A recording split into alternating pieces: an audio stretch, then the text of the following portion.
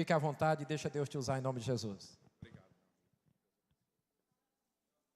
Meus queridos irmãos e irmãs, quero cumprimentá-los com a paz do Senhor Jesus. Alegria enorme estar aqui com os irmãos. Foi uma saga para chegar aqui, irmãos. Eu tive que ficar devolvendo um relatório para o trabalho até 2h10. E aí 50 minutos para vir do Quintino Cunha para cá. E aí coloquei o endereço. Quando eu coloquei o endereço, ele me levou para o Mudubim. Então eu estava lá no Mudubim, vim aqui há muito tempo, eu não lembrava mais, lá no Mudubim, procurando num condomínio a igreja. E aí eu liguei para o meu pastor, o Gideão, que está aqui, que é o pastor da família lá. Gideão, estou mais perdido do que segue em tiroteio. Aí ele disse, eu vou lhe passar aqui o endereço. Aí ele me passou o endereço, aí eu vim. Quando chegou aqui na esquina para entrar no Juscelina Kubitschek, ali um acidente, irmão. Eu digo, Jesus de Nazaré. O diabo já está atribulando para mim. Aí eu pensei assim, deve ter alguma coisa importante para acontecer hoje à tarde. Irmãos, quando os empecilhos se levantam, é porque certamente Deus tem um tempo de reflexão para nós. E como já nos antecipou o nosso pastor, né, eu quero lembrar aos irmãos que pregar na tarde não é fácil. Então, se a pessoa que está do seu lado aí, que é o cônjuge, né, começar a dormir no seu ombro, faça um esforço para mantê-lo acordado. Cochilar é até admissível, agora babar também é demais, né, irmão? Ninguém merece.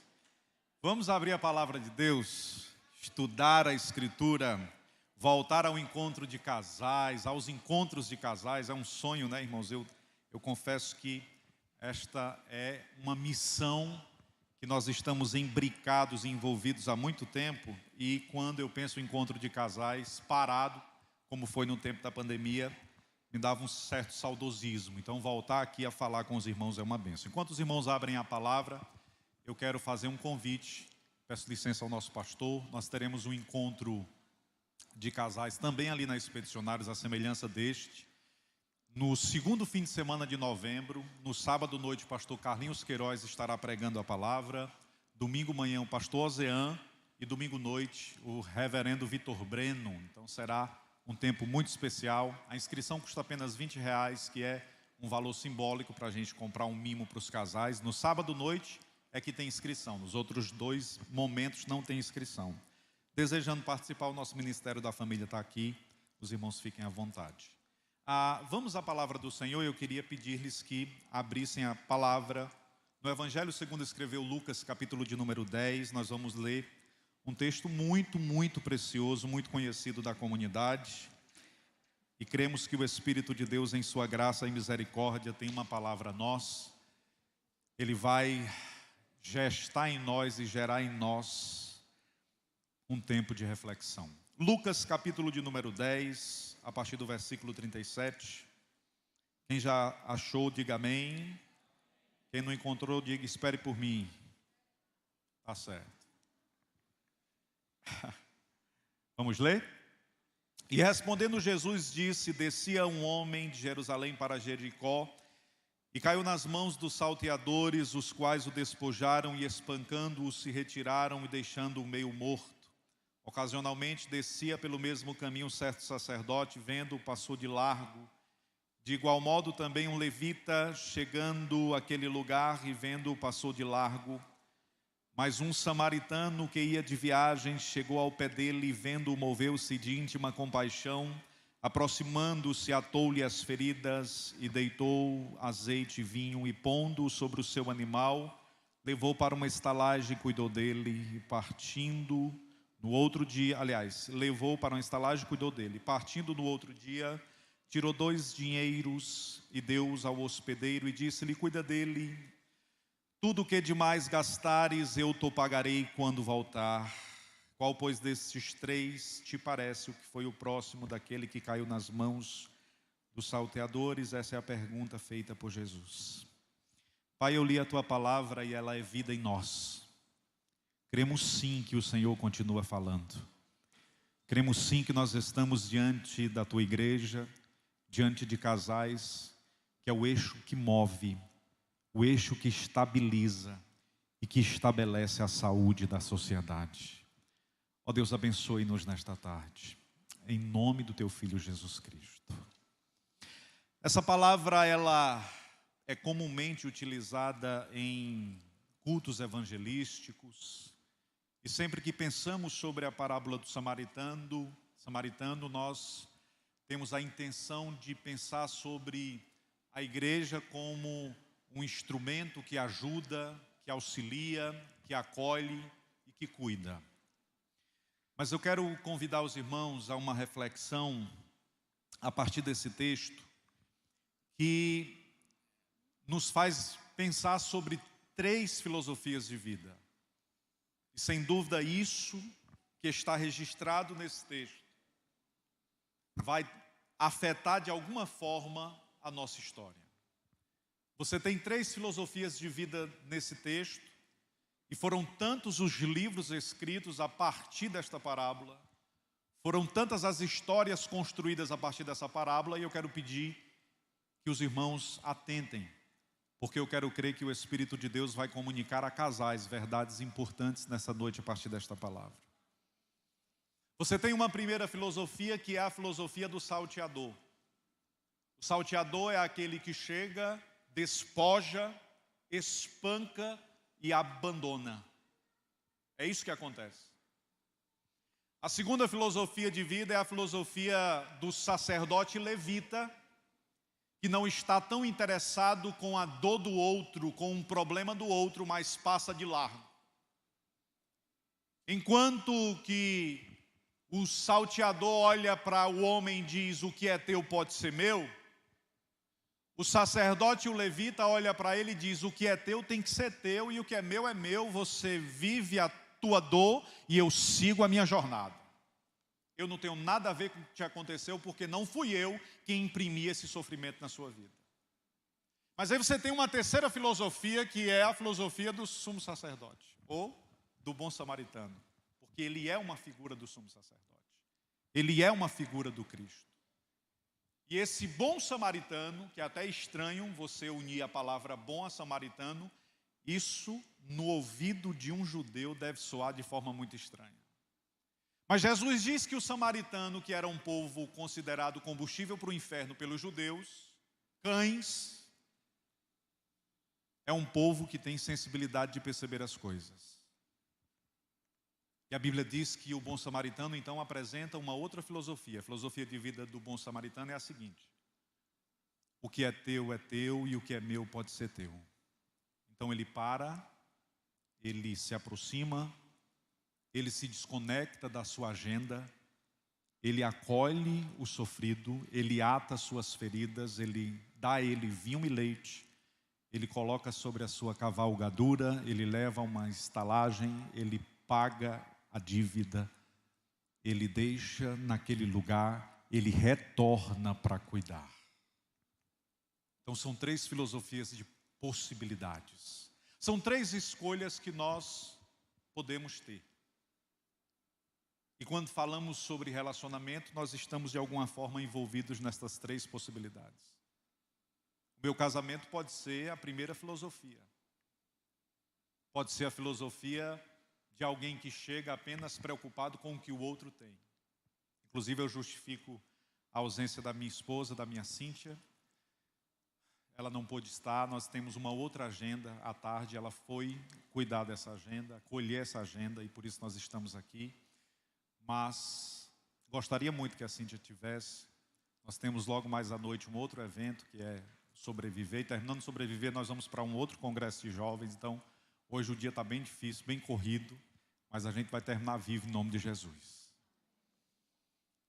Então você tem aqui alguém que foi furtado, alguém que foi despojado.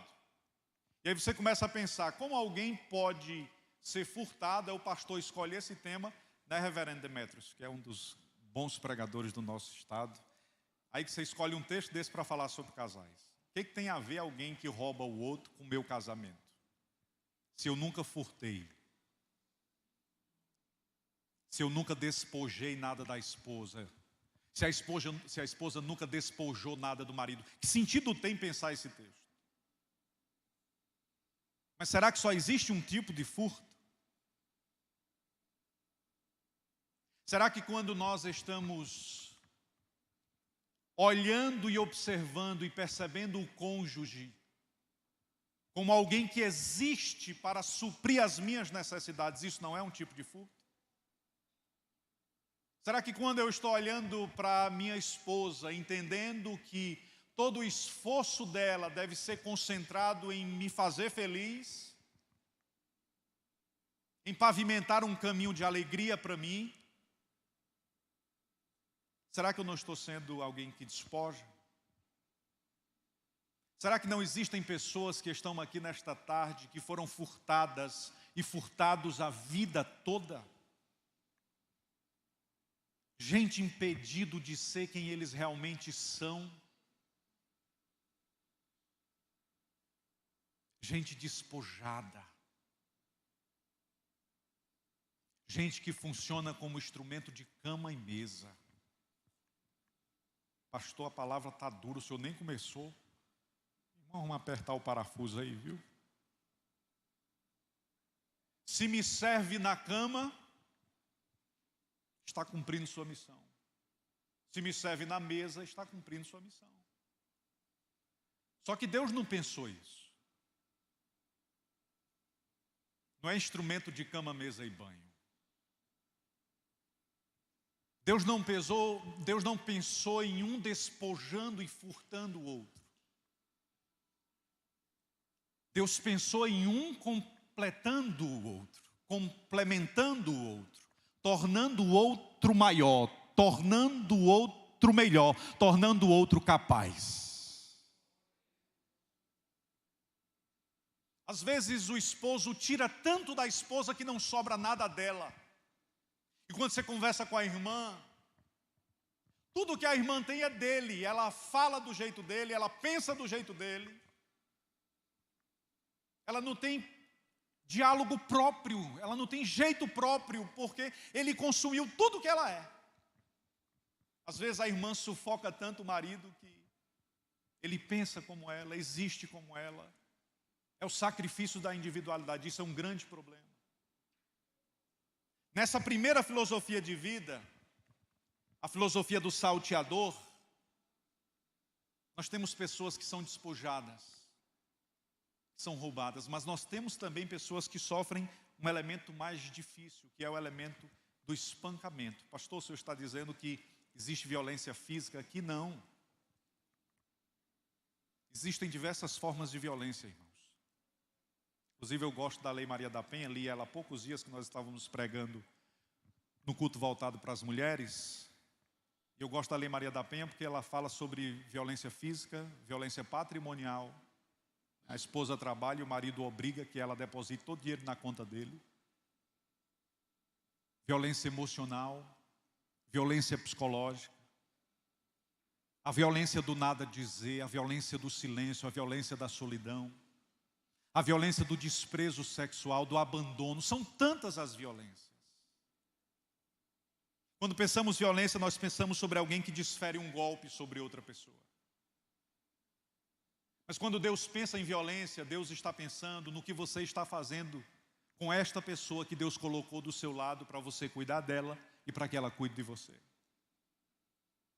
Porque quando Deus colocou essa mulher do seu lado, Ele entregou uma missão a você, meu amigo. A missão que Deus nos deu foi que nós tenhamos empenho de forjar o caráter de Cristo na vida da nossa esposa. Cristo tem que ser formado na nossa esposa. E a esposa tem que auxiliar na formação de Cristo na vida do marido. De sorte que é minha responsabilidade devolver a Cíntia, ou ela me devolver, quem primeiro for, mais parecido com Cristo. A pergunta que nós desejamos fazer nesta tarde é: será que somos mais disciplinados e espirituais e santos do que éramos quando namorávamos? Será que o relacionamento conjugal está construindo um ambiente onde o Cristo de Deus se sente bem em estar presente em todos os compartimentos da nossa casa? Ou será que ele só pode entrar na sala? Ou será que existem alguns espaços que ele não é bem-vindo?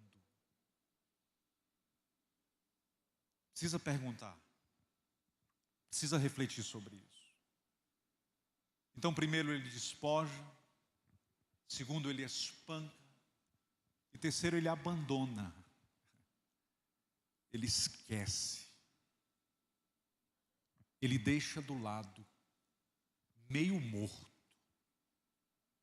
Lembro-me de um casal que atendi mais de 10 anos. E quando eu cheguei para conversar com aquele casal, o pai estava dizendo na presença do filho, um filho de apenas 3 anos de idade: eu vou embora. Eu chamei o senhor aqui porque sou diácono da igreja, e por respeito ao senhor e por respeito à igreja, eu quero dizer que eu estou indo embora. Vou dar entrada no divórcio. Vou suprir a necessidade financeira.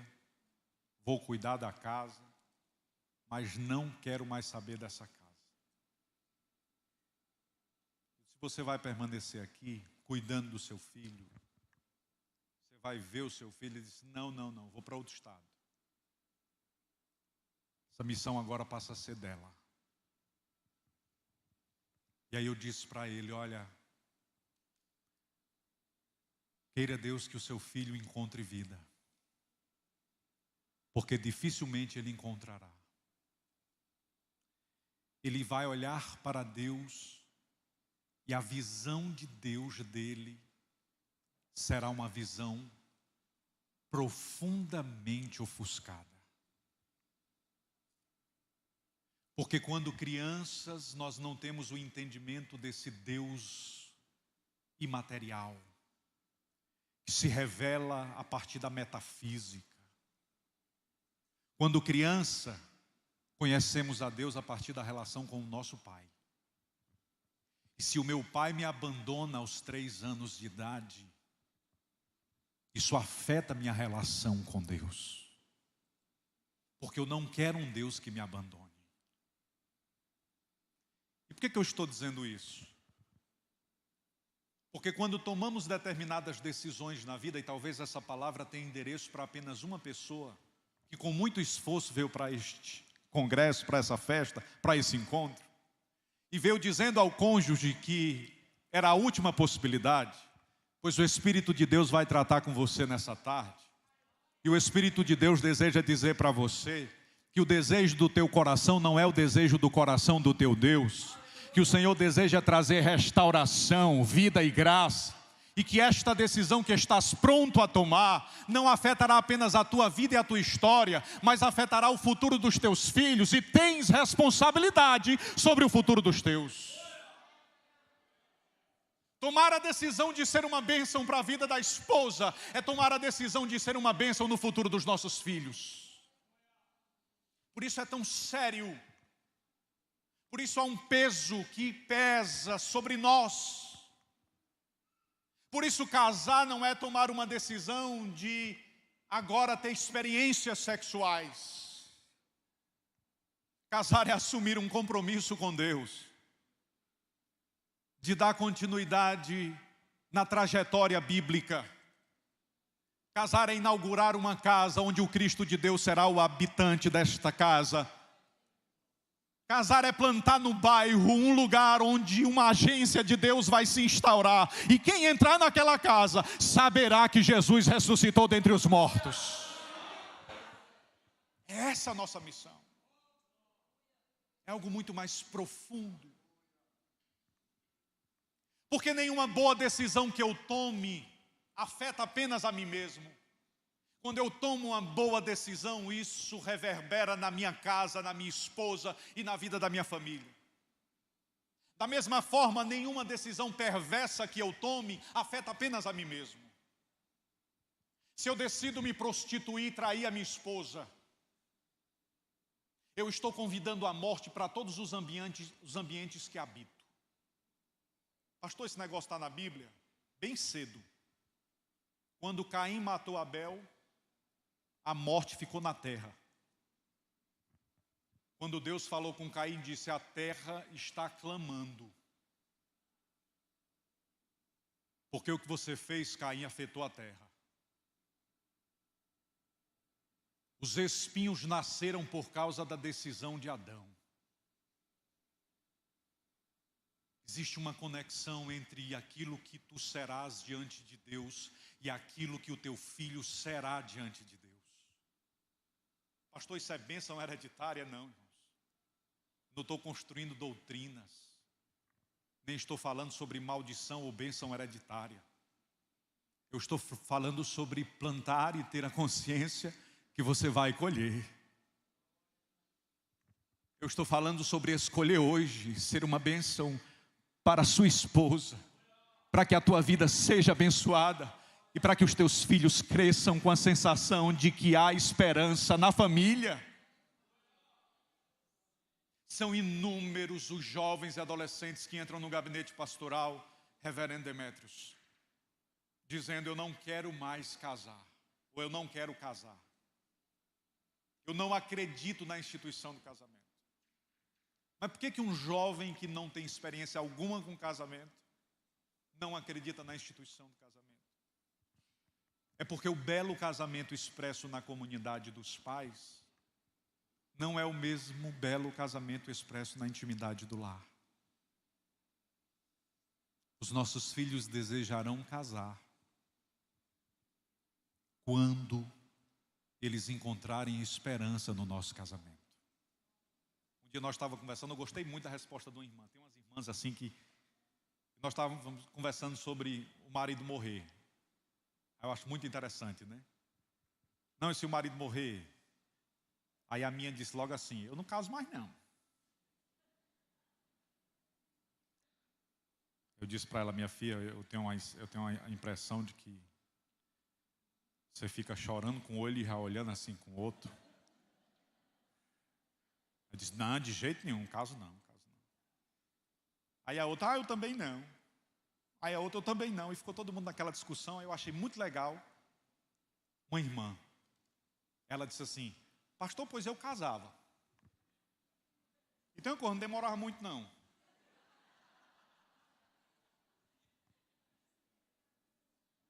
O marido dela olhou assim para ela. Aí ela disse assim: sabe por que eu casava, pastor? Porque eu só casei uma vez com esse homem e foi bom demais.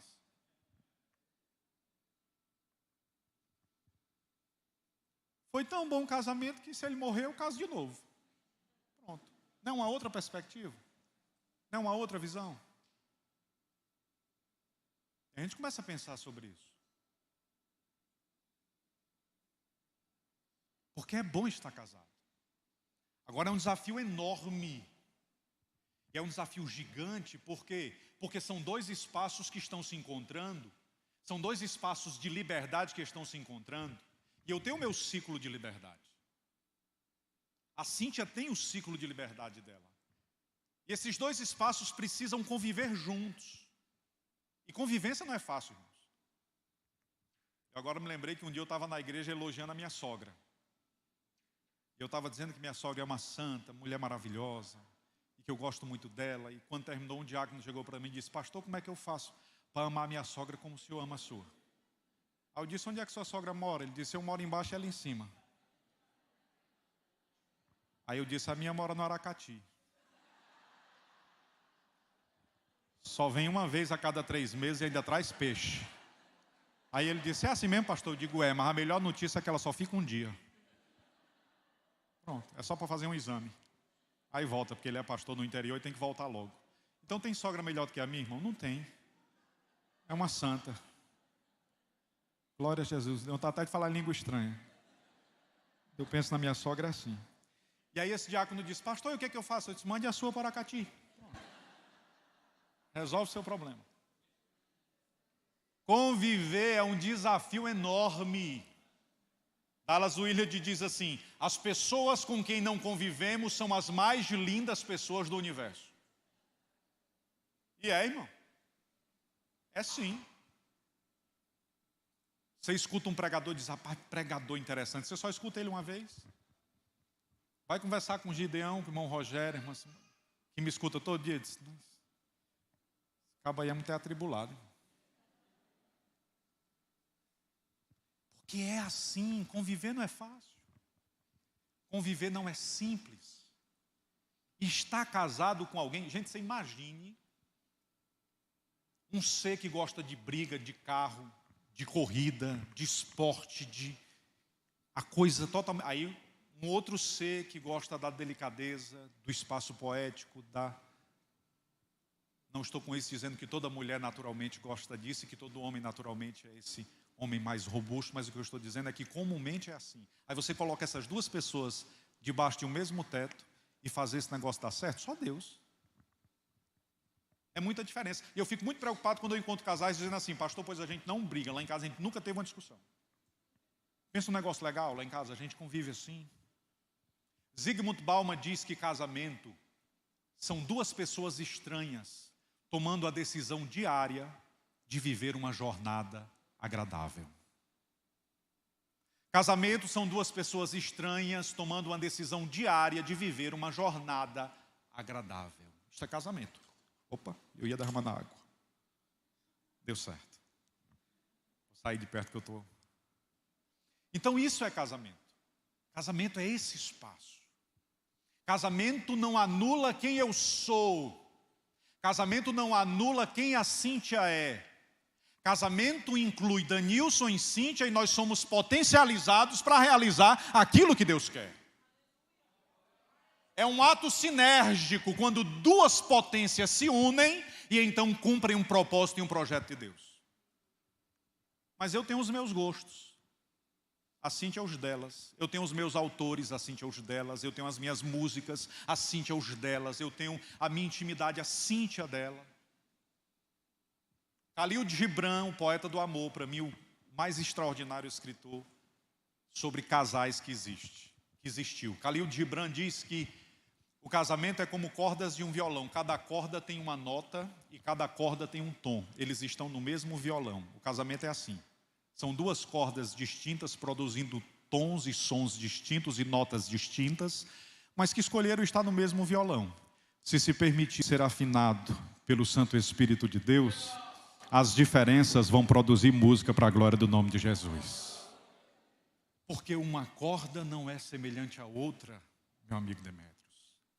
Porque um tom não é semelhante ao outro, são distintos.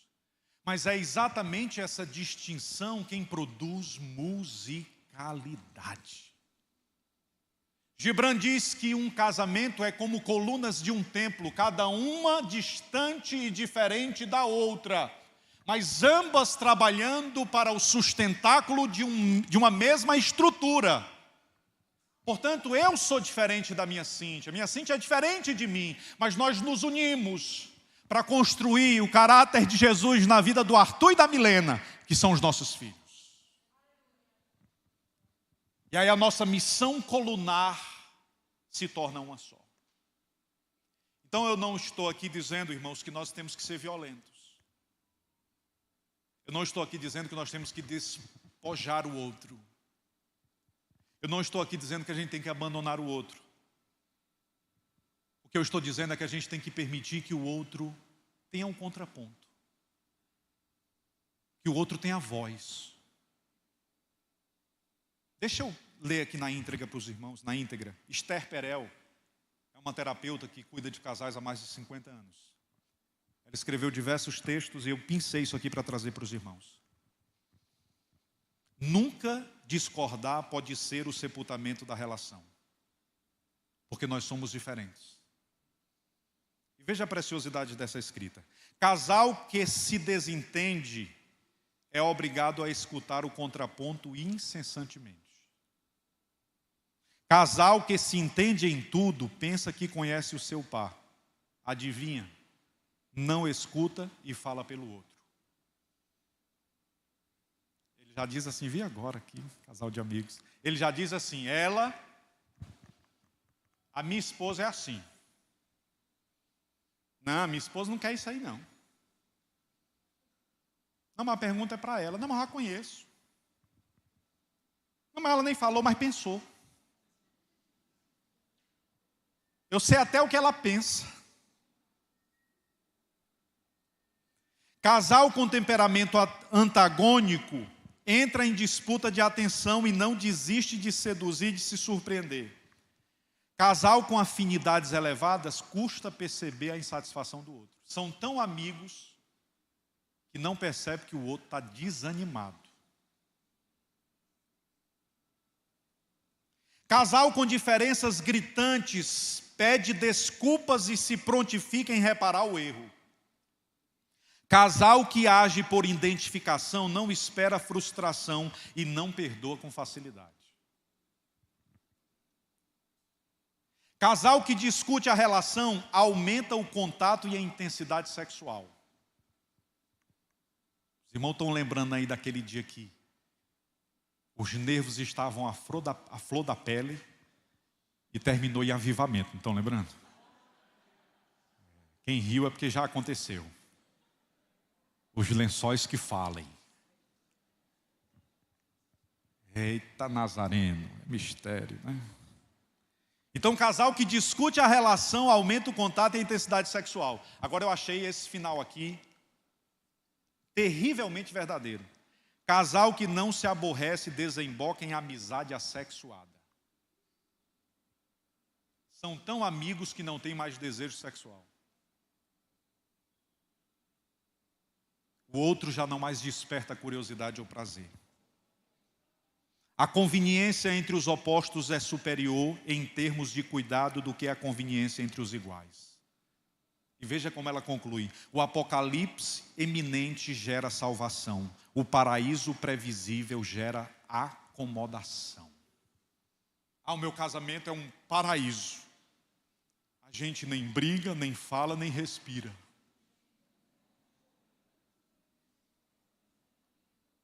Irmão, quero um café também. Não é possível que eu não ganhe um café, irmão. Eu nem prego mais se ele não trouxer um para mim. Faz sentido, irmãos, o que essa autora nos traz? Faz sentido, sim ou não? Então nós precisamos pensar que o outro é diferente. Aceito, em nome de Jesus. É o único lugar da minha vida que eu vou pregar tomando café. Ainda bem que está sendo gravado, tá não, né? Tá. Não tem problema não. Quem está assistindo também toma café. Então vamos caminhar para a segunda filosofia, porque, irmãos, eu tenho até 4 horas, né, pastor? 4? 4:30. Jesus, os irmãos vão aguentar. Vamos caminhar. Vamos caminhar. Ocasionalmente descia pelo mesmo caminho certo sacerdote, e vendo, passou de largo. E de igual modo também um levita, chegando àquele lugar e vendo, passou de largo. Passou de largo.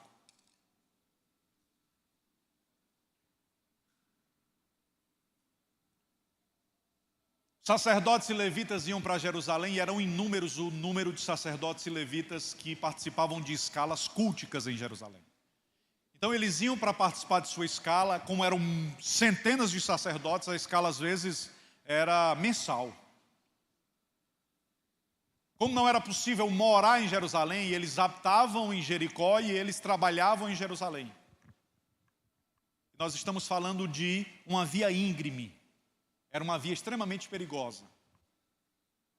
Era tão perigosa que Jesus usa esta via para contar esse assalto, porque era comum acontecer esse assalto. E é interessante que essa via que Jesus fala, nela era possível você enxergar quem estava a uma distância de até 2 ou 3 quilômetros à sua frente. Porque é tão íngreme que você que está aqui atrás consegue ver bem quem está à frente. E quem está à frente, assustado e com medo de ser assaltado, basta olhar para trás e perceber que vem alguém atrás. Então você tem o assaltado que está à beira do caminho quase morto, tomar o café. É bom demais. E você tem o sacerdote que vem posteriormente. Só que o que o sacerdote faz? Ele passa de largo, irmãos. Ele nem vê. Ele nem para observar. Porque é uma diferença entre ver e observar. Vendo, segue. O levita ainda se aproximou. Ele nem se aproximou. E por que o sacerdote não se aproximou? Presumo eu que ele viu o levita. E como ele é o sacerdote, ele deve ter pensado, bem, o levita é que tem responsabilidade nesse negócio. Como eu já trabalhei, e a minha missão é maior, eu vou para casa descansar. Eles estavam saindo do trabalho para folga. Aí o levita, quando chegou, deve ter pensado assim, bem, se o sacerdote não fez nada, o sacerdote que é o sacerdote não fez nada, eu vou fazer. Eu vou descansar. Essa é ou não é a metáfora de muitos casamentos? O sacerdote esperando que o levita faça alguma coisa e o levita esperando que o sacerdote faça alguma coisa, quando nenhum dos dois estão prontos a fazer absolutamente nada. Você vem para um evento desse, a esposa sai com o cotovelo inchado. Porque tudo que o pregador está falando, ela fica, recebe aí, atribulado. Está vendo? Fala, papai, né?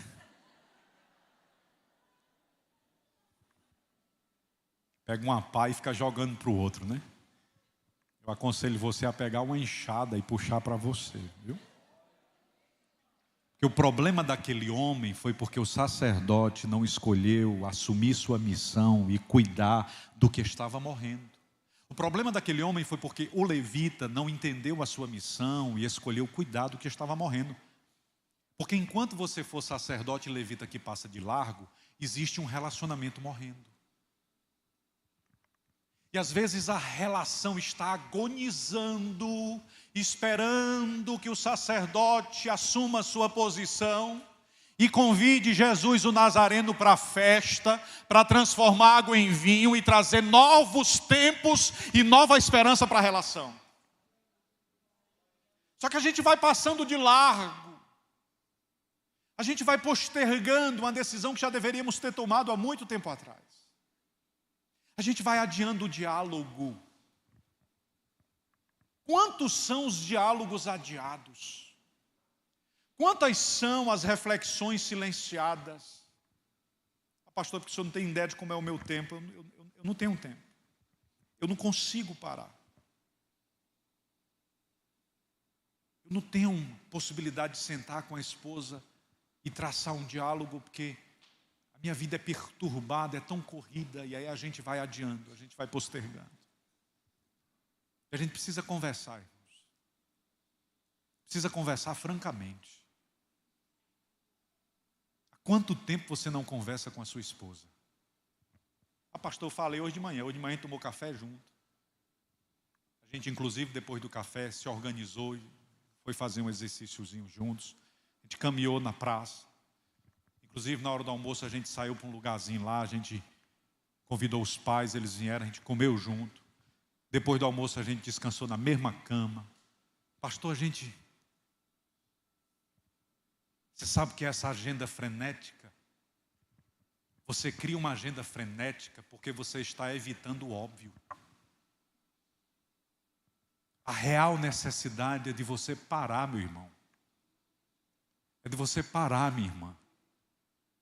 E vocês dois se unirem em Deus para salvar o vosso casamento, para cuidar do vosso casamento, porque ele está minguante, abandonado, porque ele está esquecido. A cada 10 homens que eu recebo no gabinete pastoral, 9 deles precisam passar por um processo de profunda humilhação para conseguirem ter uma noite de relação sexual. E aí ele chega como vítima, e ele diz, pastor, a minha esposa é um problema. Aí quando você escuta a irmã, irmãos, a gente não entende como é que ela ainda aguenta estar com ele. Só que o pastor é sempre conciliador, tem que ter cuidado, porque, irmãos, tem hora Que a vontade que a gente tem como pastor é dizer: irmã, como é que você aguenta um atribulado desse? Porque ele entende sexualidade apenas como efeito de troca e como responsabilidade que repousa sobre as mulheres e que a mulher precisa devolver para ele. Ele não entende sexualidade como cuidado, respeito. Ele não entende que a mulher também tem a sua sexualidade e que ele precisa respeitar a sua sexualidade, que é distinta, é diferente. E que a sexualidade começa a partir das palavras ditas na manhã, e que se estabelece depois de um dia de cuidado, de carinho e de respeito, para que então chegue no ápice, né? A gente não fala sobre isso, a gente fala sobre sexualidade com amigos, mas não fala sobre sexualidade com quem é devido. Eu estava há um mês e meio aproximadamente conversando com a igreja, e eu falando para a igreja sobre o meu posicionamento político e dizendo que eu adoto um posicionamento de neutralidade frente à política. Eu disse: olha, lá em casa, a minha esposa não sabe em quem eu voto.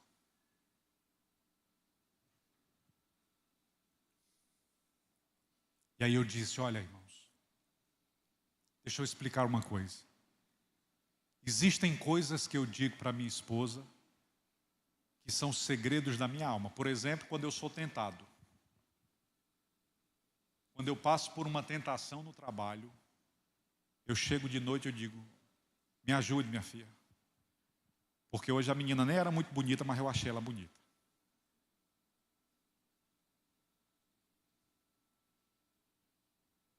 Quem é que pode me ajudar, irmãos? É a minha esposa ou é meus amigos?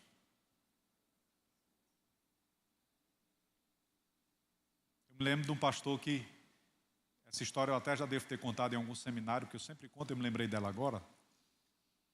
Ele visitou um presbítero que era um homem que tinha um poder aquisitivo mais elevado, e aí esse presbítero tinha um barco e ele sempre levava os diáconos, obreiros da igreja, os amigos da igreja, para pescar. E aí ele disse que quando chegou lá, a esposa dele chamou ele no canto e disse: pastor, converse com ele, pastor. Esse homem sai, passa 20 dias fora. E ele é um homem casado, pastor. Aí eu fico aqui sozinha. Aí quando ele volta, aí ele foi conversar com o irmão, né? Irmão, e aí, irmão? Essas pescarias. Aí ele disse: pastor, é porque eu gosto. Aí ele disse: irmão, e como é que você faz? Ele disse: não, tem a dona Francisca que trabalha aqui, uma senhora já idosa, mas trabalha muitos anos com a família. A gente vai, os irmãos, e aí ela vai lá para cozinhar para a gente. Aí o pastor disse que conversando com ele, disse: irmão, e quando é que você acha que chegou a hora de voltar? Ele disse: pastor, eu tenho um negócio assim comigo. Quando eu começo a olhar para a dona Francisca, ela começa a ficar bonita demais, eu digo: bora voltar.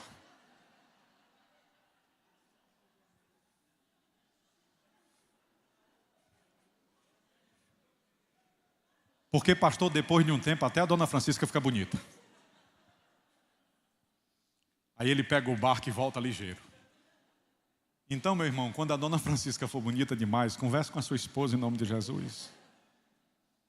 Não, pois eu sou crente, os meus olhos são crentes, eu sou guardado e lavado no sangue do Cordeiro. E pronto, depois eu quero lhe adorar quando terminar esse evento. Porque você é melhor do que José.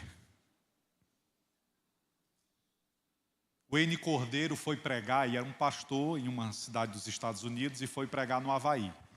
A igreja que ele foi pregar ficava a 400 quilômetros da cidade que ele pastoreava. E o N. Cordeiro disse que pregou, quando ele terminou de pregar, foi para um hotel, viu, pastor? E aí quando chegou lá no hotel, que ele sentou, se despediu da igreja. Quando ele sentou, ele estava sozinho, que ele sentou, aí sentou uma mulher linda na mesa.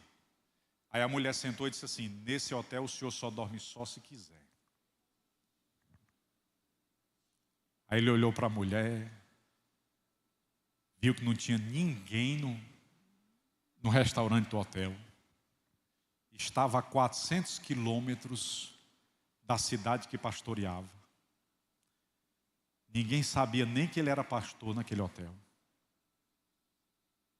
Aí ele disse que olhou assim por cima do ombro dela. Aí vinha um amigo dele.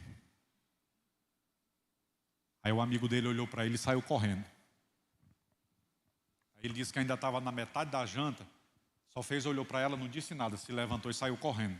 Aí o amigo dele correndo na frente, ele correndo atrás, o amigo dele correndo na frente, ele correndo atrás, o amigo dele correndo na frente, ele correndo atrás, o amigo dele entrou lá no corredor, o amigo dele entrou no quarto dele, o amigo dele parou e ficou cansado, aí ele entrou no quarto também, o amigo dele cansado, ele olhando para o amigo dele, aí ele disse assim, eu ia morrendo.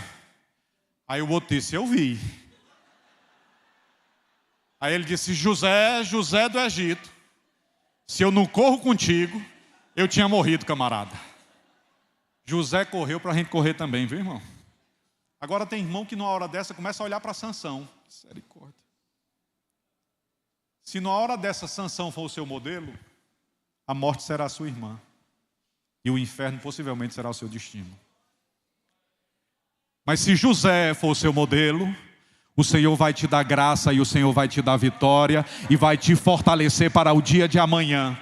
E tu vais chegar em casa e a autoridade de Deus repousará sobre os teus lábios. E tu dirás aos filhos dos teus filhos que há paz sobre a tua casa, porque foi para a graça e harmonia que o Senhor nos chamou. Miuvra, clira, manúria.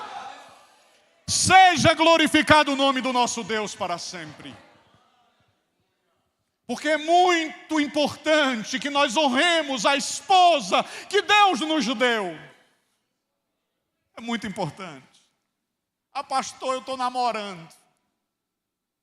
Não tem 2 meses. Pastor, me ajude, eu estou namorando com esse rapaz. Eu tenho tentado ajudar ele, mas ele não aguenta não, pastor. Ele tem uma fraqueza.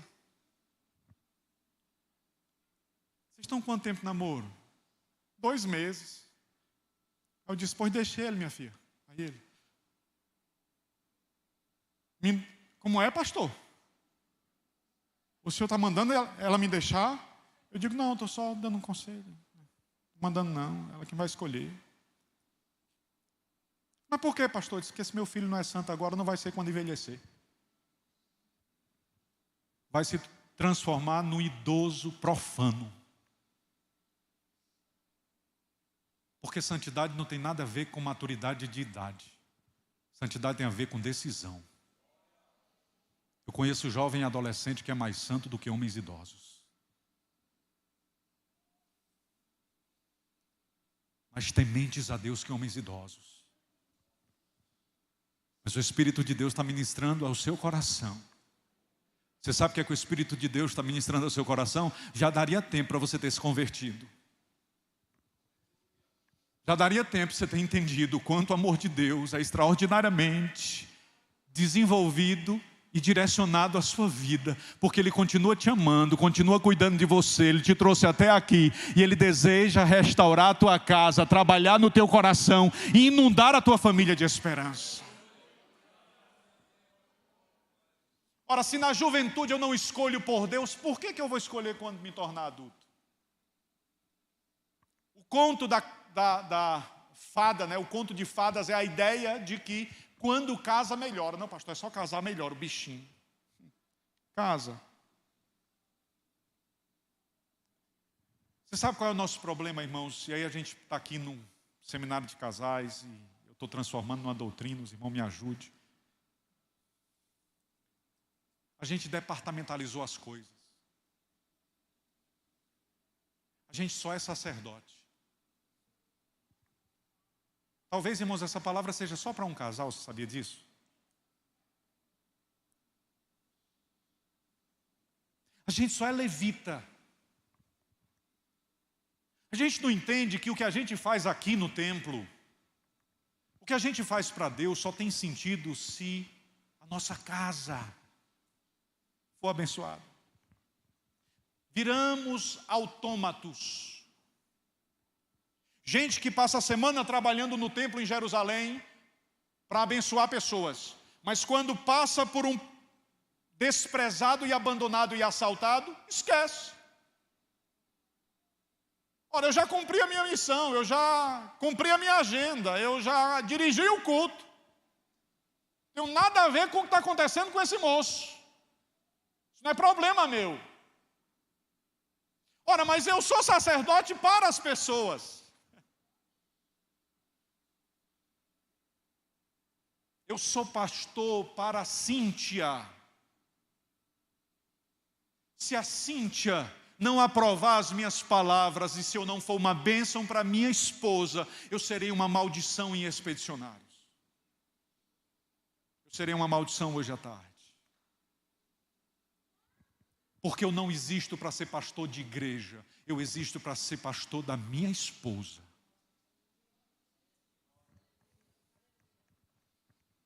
Se ela aprovar o meu ministério e a minha chamada, eu terei autoridade para, como profeta de Deus, declarar vida sobre a vida das pessoas.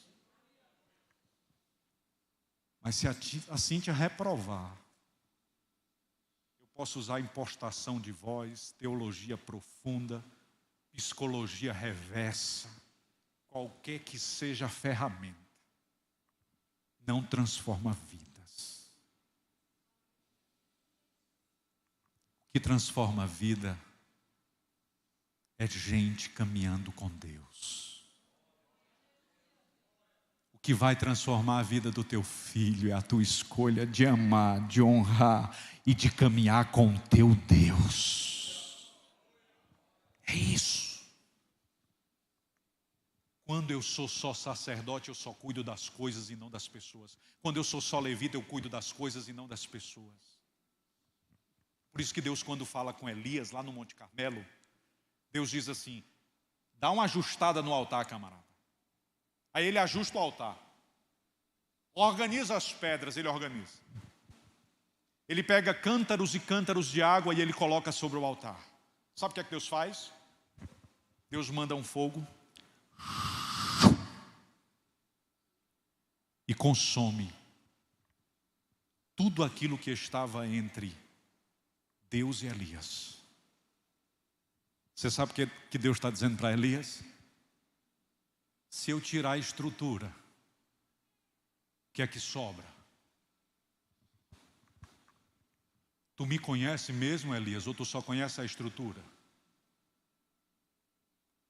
Tu me conhece mesmo, Elias, ou tu só é crente da Assembleia de Deus? Tu me conhece mesmo, Elias? Ou a relação está apenas atrelada à instituição? Ou tu é só sacerdote? Você conhece mesmo a sua esposa ou o relacionamento é por conta dos filhos? E se Deus tirar a estrutura, o que é que sobra? Você ama mesmo o esposo ou é por conta da conveniência, da vida? E se Deus tirar o emprego, o que é que sobra?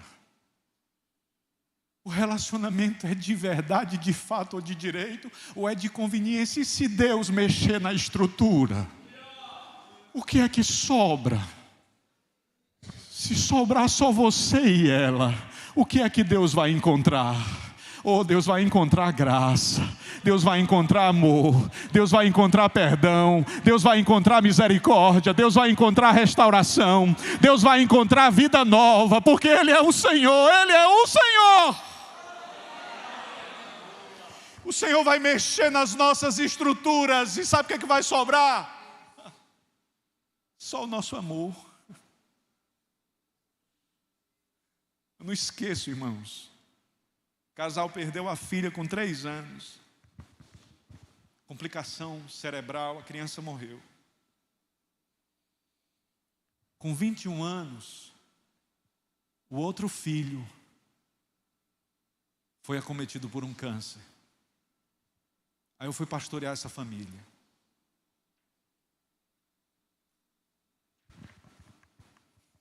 Perdeu o outro filho.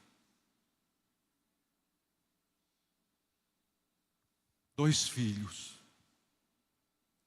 Como é que você conserta? Como é que você corrige isso? Graças a Deus, eu aprendi que luto não precisa ser consertado. Luto não é uma coisa quebrada. É uma realidade que eu preciso enfrentar. É uma nova vida que eu preciso começar a viver a partir de. Mas eu achei muito interessante quando eu fui ouvir a mãe. Como é que foi a experiência? Ela disse: pastor, não tinha como não. Eu fiz vigílias e orei noites e noites pelo meu filho. Um dia eu entrei no hospital pela manhã. Meu filho disse: mãe, me deixa morrer, mãe. Hoje de manhã, eu recebi uma visita. E o homem disse assim: à tarde, avisa sua mãezinha que eu volto. Mãe, me deixa morrer. E aquela mãe disse que foi para o banheiro do hospital e disse: Senhor, leva o meu filho, ele está cansado. O Senhor já visitou ele hoje de manhã e o Senhor já trouxe consolo e conforto ao meu coração.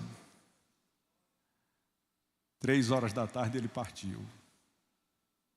A casa dessa irmã é uma casa de acolhimento de irmãos. E aí um dia eu levei um pastor amigo para pregar lá na Cidade Oeste. Quando terminou, nós fomos comer um cuscuz na casa dessa irmã. Aquele cuscuz medroso, que vem com calabresa, com ovo, com queijo. É de Deus, não é? Só anda acompanhado, é medroso. Aí a gente sentou e o marido dela não é crente. Quando a gente sentou à mesa para conversar, esse pastor é um homem muito experiente, esse pastor que eu estava com eles lá, um homem muito experiente. Um dos mentores que eu tenho o privilégio de ser acompanhado há muito tempo. E aí o camarada disse assim: olha, pastores, eu queria dizer que é uma alegria estar recebendo vocês aqui na minha casa, e eu queria dizer para vocês que vocês conhecem a nossa história. E ele não é crente, o rapaz, né? Eu achei muito legal essa experiência, assim. Foi uma experiência que me marcou muito. Eu queria dizer para vocês que se Deus quisesse hoje me dar de volta os meus filhos, eu ia dizer: não quero mais não. Quero mais não. Porque eu entendi que os meus filhos são de Deus. Eu entendi. E como são dele, ele não já levou? Então para que ele me devolveu? Não é mais meu, só foi meu naquele período. Aí ele olhou assim para esse pastor muito experiente e disse: o meu único defeito é que eu ainda não estou indo para a igreja. Sabe o que foi que o pastor disse para ele? Não vá não. Aí ele disse: por que não? Porque pode o pessoal estragar você lá, não vá não. Aí ele dobrou o joelho. O pastor dobrou o joelho e disse: ore por mim em nome de Jesus. Eu quero aceitar Jesus, porque você está mais crente que eu, meu filho. Aí ele disse: como assim, pastor? Como assim? O rapaz está indo para a igreja, ó, irmãos.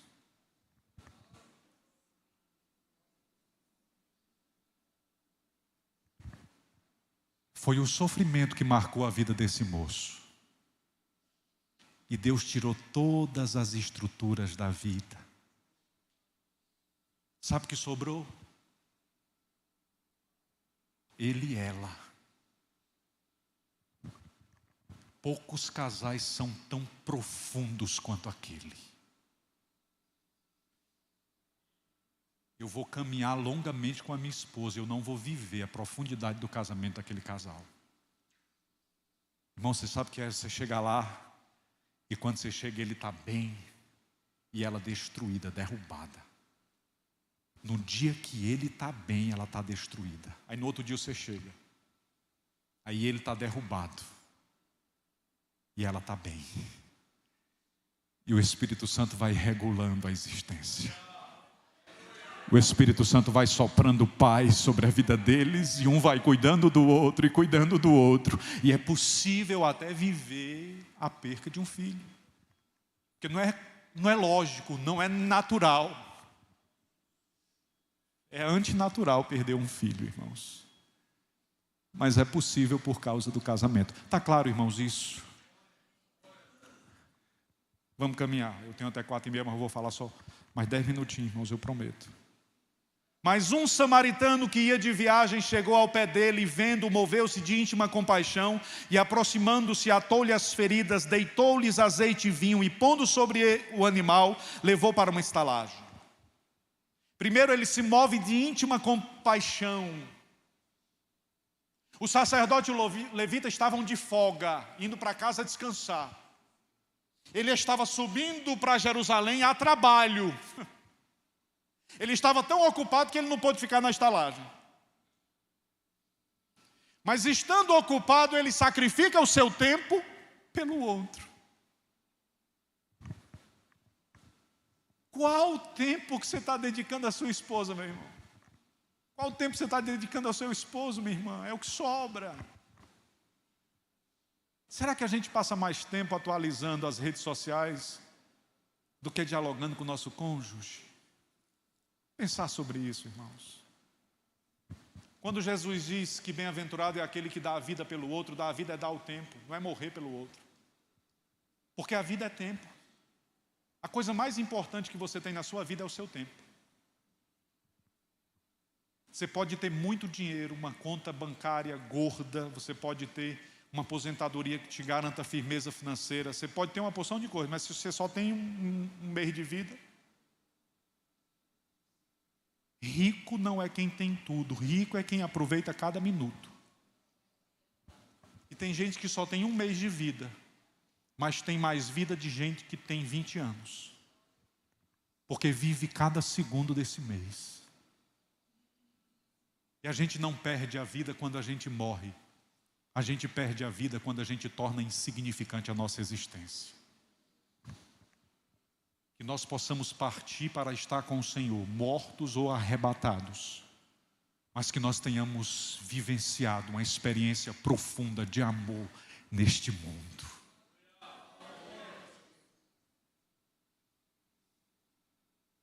Atou as feridas. Primeiro ele cura as feridas do homem. Depois ele atende às suas necessidades físicas. Com vinho e leite. Primeiro ele cura a ferida. Primeiro ele pensa em quem ele é e ele quer vê-lo saudável.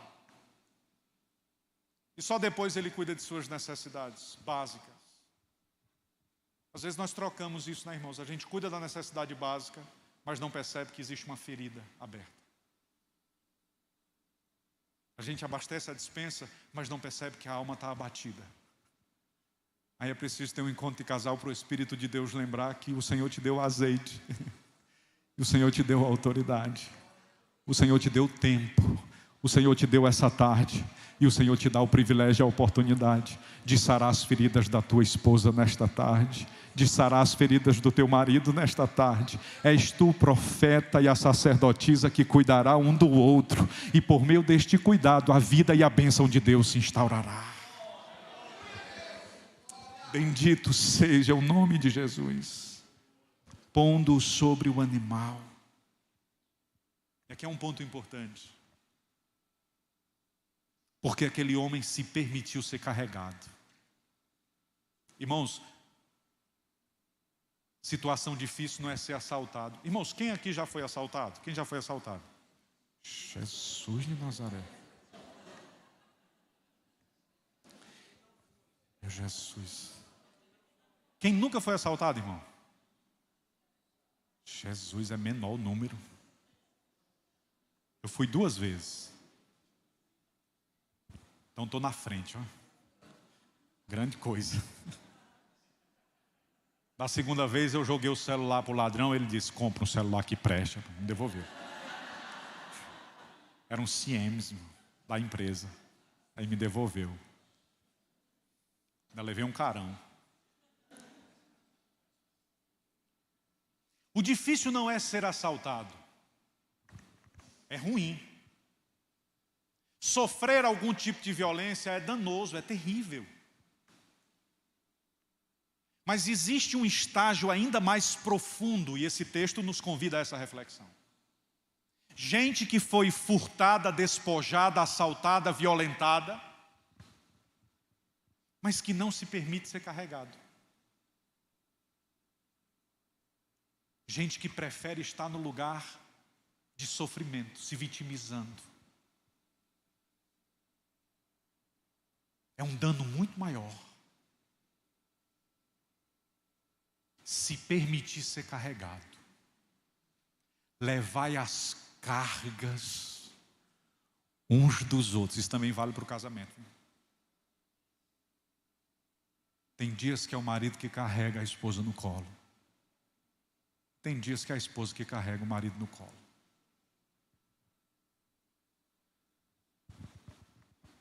Posso lhe garantir, sem medo de errar, nós homens precisamos ser mais carregados. Um dia eu ainda vou trazer uma palavra, aqui não, né? Mas só para os homens, sobre Larry Crabb. Nós fizemos esse trabalho na igreja. O nome do livro é O Silêncio de Adão. Nesse texto o autor vai ensinar por que o homem fica em silêncio. A gente sofre, a gente é machucado, mas a gente fica em silêncio porque a gente não quer ser carregado. A gente não quer demonstrar fragilidade. E quando a gente vai buscar ajuda, às vezes é tarde demais. Mas não será tarde na sua vida. Porque Deus não apenas vai instrumentalizar pessoas para cuidar de você. Deus vai instrumentalizar o seu coração para aceitar a ajuda de pessoas neste lugar. Deus vai colocar pastores para cuidar de você, que apacentam segundo o coração de Deus. E esses pastores não são necessariamente os pastores consagrados, que estão de alguma forma voltados institucionalmente. Esses pastores são os amigos que estão acolhendo e sendo acolhidos.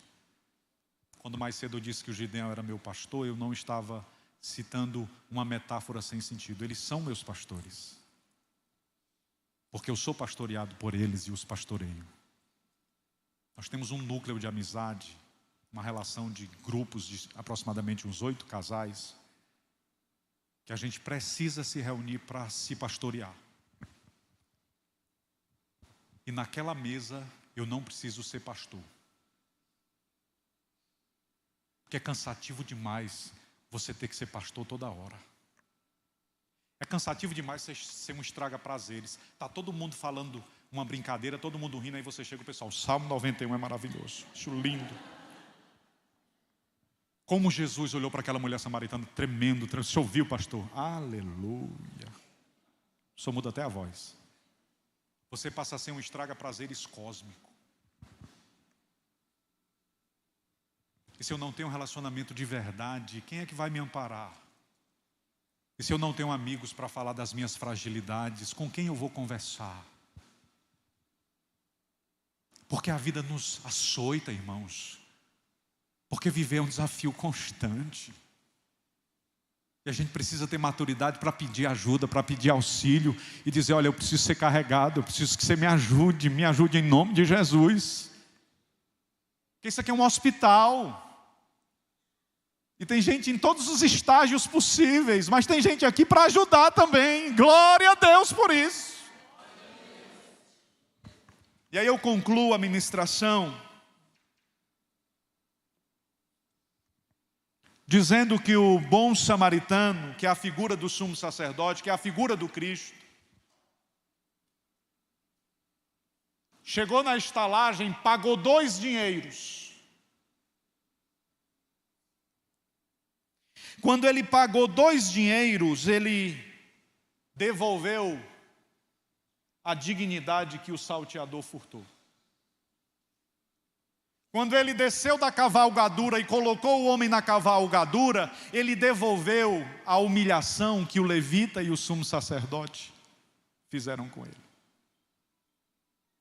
E quando ele disse, tudo que ele gastar, quando eu vier, eu pago, ele devolveu o que a vida tirou dele. Você sabe o que é casamento? Casamento é assumir a missão de devolver para o cônjuge aquilo que a vida tira. Seu marido passa o dia no enfrentamento do trabalho. Sua esposa passa o dia no enfrentamento da casa. Mas quando ele chega à noite em casa, você recebe ele com alegria. E você devolve para ele o que o dia tirou. Ele devolve para você o que as responsabilidades da casa tiraram. E vocês dois vão cuidando um do outro, e a vida de Deus vai se estabelecendo, e vocês vão caminhando para Jerusalém, e vocês vão chegar em Jerusalém, aí vocês vêm para a estalagem, vocês confiam que Ele vai voltar, e que Ele já pagou por mim, por você, e quando Ele vier, nós vamos perceber a sua graça e a sua bondade, porque nós estamos sendo assistidos, cuidados, porque o Espírito de Deus está conosco, porque Ele carrega a nossa casa, a nossa família, porque reservou essa tarde para dizer que nos ama, que Ele preserva o nosso casamento, e que Ele deseja abençoar os nossos filhos. A Deus seja toda honra e glória nessa tarde, porque o Senhor tem cuidado da nossa casa. E eu queria fazer uma pergunta aos irmãos. Eu posso fazer uma oração pelos irmãos? Pastor, o senhor pregou 1h15. Jesus, ainda bem que é anual esses encontros, né, irmãos? Eu não vou falar mais não, irmão, porque se eu falar mais eu vou começar a falar de mim mesmo. Tudo que era necessário ser dito já foi dito nesta tarde. Eu queria agradecer aos irmãos que acolheram a palavra, aos que dormiram de olhos abertos. Ninguém babou, né, irmãos? Coisa boa. Posso orar por vocês? Queria que você colocasse a mão sobre o ombro da sua esposa, a esposa do marido. E nós vamos fazer uma oração rogando a Deus que o Senhor cure os nossos relacionamentos. Que o Senhor cure os relacionamentos dos nossos filhos. Mas pastor, meu filho tem 2 anos de idade. Nós vamos orar pelo casamento do seu filho. Pai, nós sabemos que uma das coisas mais importantes na vida é o casamento. Escolher dividir a vida com alguém é uma escolha necessária. E às vezes quando fazemos isso, fazemos sem considerar toda a responsabilidade. Mas uma vez que escolhemos, a Tua bênção é sobre nós. E hoje à tarde, hoje pela manhã e hoje à tarde o Senhor nos chamou à responsabilidade. E nós queremos te dizer, Espírito Santo, que nós compreendemos a Tua voz. E nós queremos ser melhores. Eu me empenho diante da Tua noiva em formar Cristo na vida da Cindy. Eu assumo o compromisso diante da Tua igreja de ser uma bênção na vida da minha esposa, e os Teus filhos fazem o mesmo agora, Pai. Cada palavra dita neste seminário não terá efeito nenhum se isso não reverberar em atitudes dignas amanhã. Por isso eu te peço, ó Deus, esposos mais gentis, homens mais amorosos, não violentos. Ó Deus, eu te peço, mulheres que cuidem dos seus maridos, que sejam instrumentos de graça na vida do seu marido. Pai, eu te peço que voltar para a tarde, no fim da tarde, seja o melhor momento do nosso dia. Nós vamos chegar em casa e a harmonia vai chegar conosco. A esperança será nossa companheira e o Teu Espírito vai nos ajudar. Eu abençoo cada casa, cada lar aqui representado. Eu suplico a Tua bênção, a Tua vida, a Tua sombra, a Tua bondade sobre cada um dos que estão aqui nessa tarde. Que a Tua bênção repouse sobre nós e que nós confiemos em Ti, confiemos a Ti a nossa vida e a nossa história. Em nome do Pai, do Filho e do Santo Espírito. Obrigado a todos. Deus os abençoe.